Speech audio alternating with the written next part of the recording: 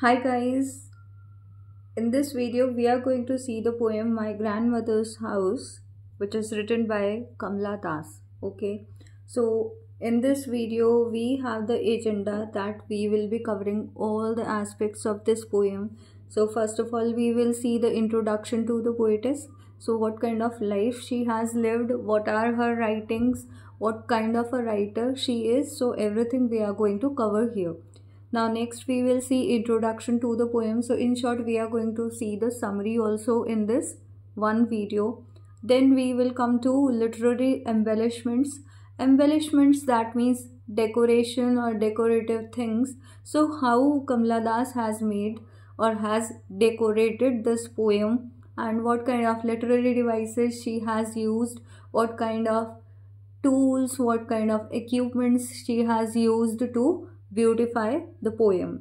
And lastly we will see diction and imagery. So diction here means what kind of choices are there of using words and phrases while writing. Okay, and what kind of meter is used, what kind of verse is used, what kind of rhyme scheme is there. So in short you are going to see everything about this poem. And if you're new to the channel, do subscribe it, like and share the video, share it with your friends.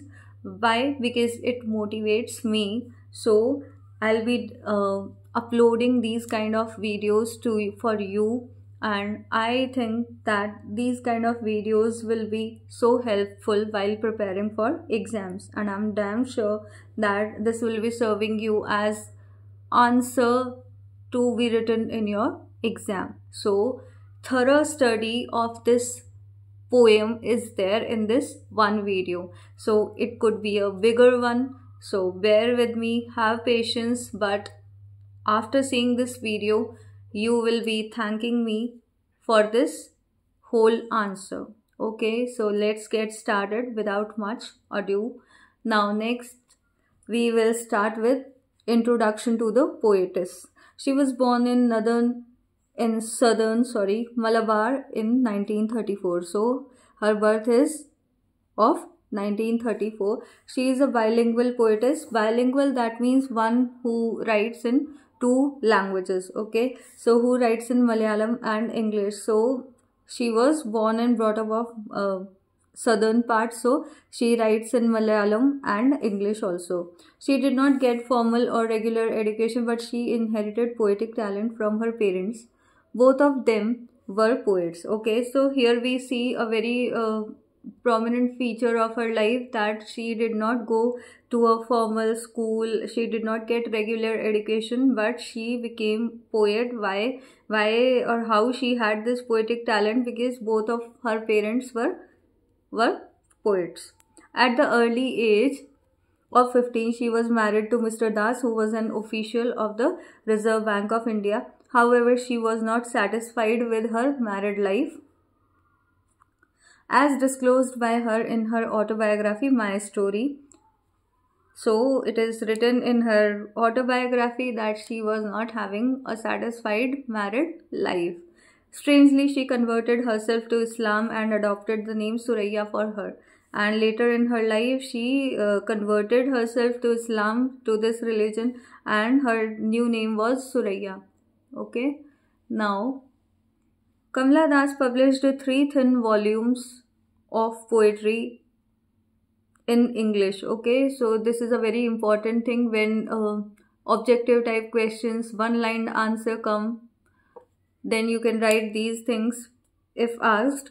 So her 3 thin volumes of poetry is there, and first is Summer in Calcutta. It is written in 1965. Then comes The Descendants. It is written in or published in 1967. The Old Playhouse and Other Poems in 1973. She published her love poems jointly with the love poems of Pritish Nandi under the title Tonight the Savage Right. Okay, it is written or it is collaborated in 1979. Okay, so to encapsulate all the things and to at least remember few of the things about this poetess, first of all we see that She was born in 1934 in southern part of Malabar.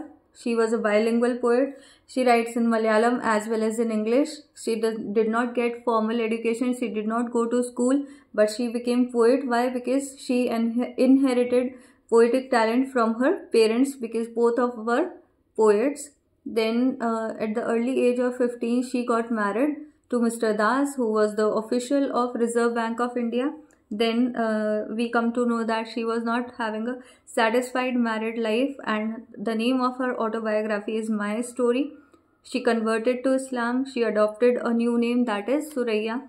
Now next, she wrote three thin volumes.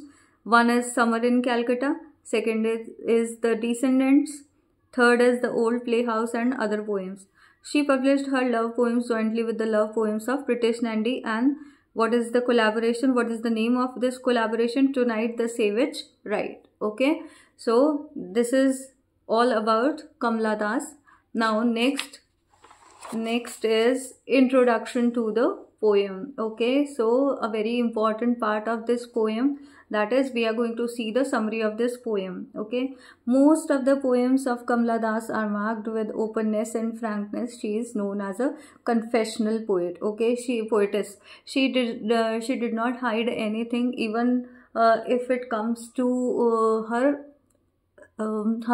personal life. Okay, so that ways we can say that she was a confessional poetess. This poem, My Grandmother's House, is tinged with nostalgia. Okay, nostalgia, when we reminisce our past memories, when we remember our fond memories. So this is the word for these kind of feelings, that means nostalgia. Okay, so she is becoming nostalgic. She is thinking about her grandmother's house, how she has been there, what kind of memories she used to cherish. She presents her reminiscences of childhood at Nalpat's house. Okay, so the house is Nalpat House. That was her family home. The poem was first published in Summer in Calcutta, 1965. So I talked about three thin volumes of her poetry, and the first was Summer in Calcutta. So this poem, My Grandmother's House, is the part of this volume, that is Summer in Calcutta. In this poem, she portrays the happy and carefree days of her childhood. Okay, so she remembers how she used to be very happy, carefree, and those days of her childhood were great. She longs for the return of those happy days which she had spent under the loving care of her grandmother. So she thinks that or she wishes that these days can come again. Her grandmother's death has made her desolate and sorrow-stricken. So she is in so much pain. She was desolated and she was sorrowful on the death of her grandmother. Now, her grandmother's house is now infested with snakes which moved among the pile of books. So she could see that now nobody is there to take care of the house, and it is infested with snakes or by snakes, and sorry, which moved among the pile of books, and they are moving here and there. Very often the poetess thought of going there to peep through the blind eyes of windows. Okay, so she wants to go there, she thinks to go there and to peep inside through the blind eyes of windows. This is a phrase which has a very deep meaning. And now she talks about, or to listen to the frozen air, and even the air which is there in the closed house, she wanted to listen that frozen air. So we can see how much she loves her grandmother's house. That house always gave her a sense of security which is now missing in her husband's house. Now we can see the comparison that in her husband's house she does not feel that kind of security which she used to have in her grandmother's house. There she had abundance of love, but now she is reduced to the position of a begging woman who knocks at strangers' door to get love, at least in small measures. Okay, so the house is not so big like her grandmother's house, and she does not feel abundance of love. Now she is begging for love from strangers, and she is knocking their door, and she wanted love, but she does not get. Now her life is without pride and love. Her pathetic condition is very heartrending. Okay, so as a reader, we can understand how pathetic her condition is. And see, there is a comparison between her grandmother's house and her husband's house.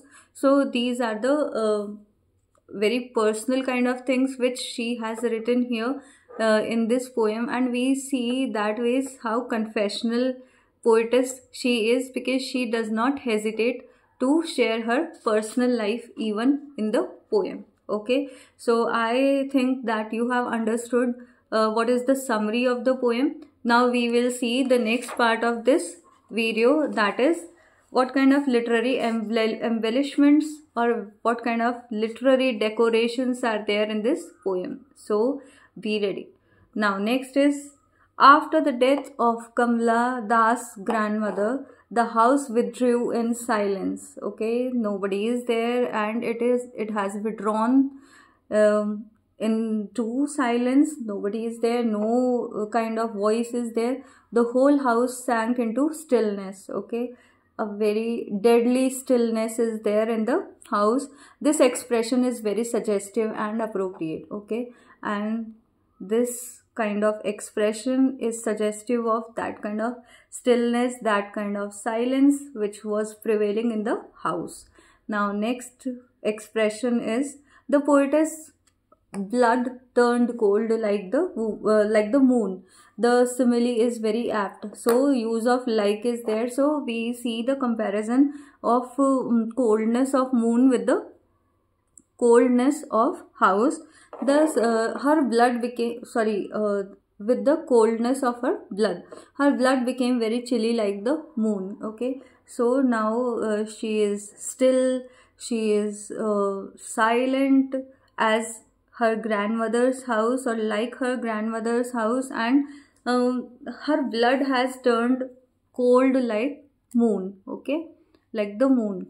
So this is a very good expression. Now next is the expressions like blind eyes of windows and the frozen air give us the suggestion of death and desperation. Okay, so everything is dead there, and blinds or blind eyes of windows and the frozen air, the air which is now have frozen in the closed kind of environment when nobody is there in the house.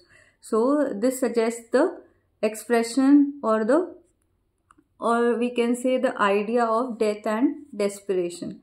Now next expression which is there in the poem, the poetess idea of bringing from that house an armful of darkness to her present abode. Abode, that means a place where we live, or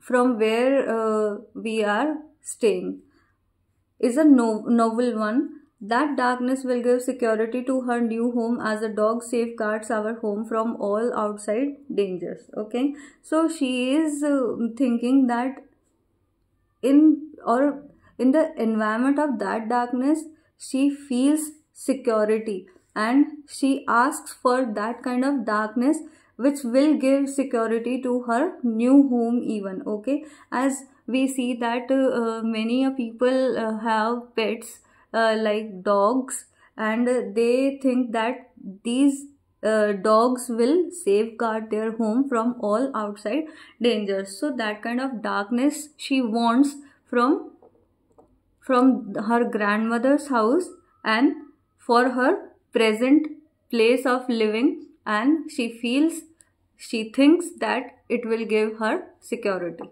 Now next is, the last lines of the poem give us a contrasting picture. She writes, so these are the actual lines of poem. From every city I have lived, I have remembered the noons in Malabar with an ache growing inside me, a homesickness. Okay, so she has been to various places because of her husband's job, and she finds or she remembers the noons in Malabar with an ache growing inside me, which gives her an ache or a pain which is growing inside her, and she feels homesickness. Okay, so she does not find any other place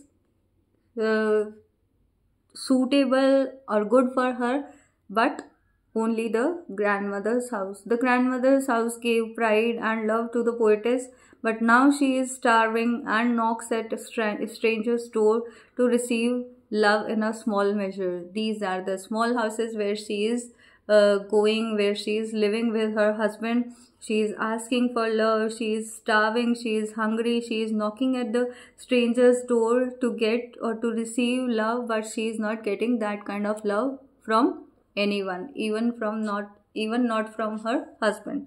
So we can see how decorative poem has been by using or by the applications of these kind of expressions by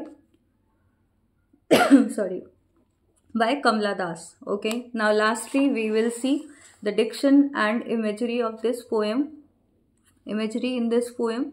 Most of Kamla Das' poems are autobiographical, so not only this poem, otherwise many other poems are there who are autobiographical in their note, in their tone.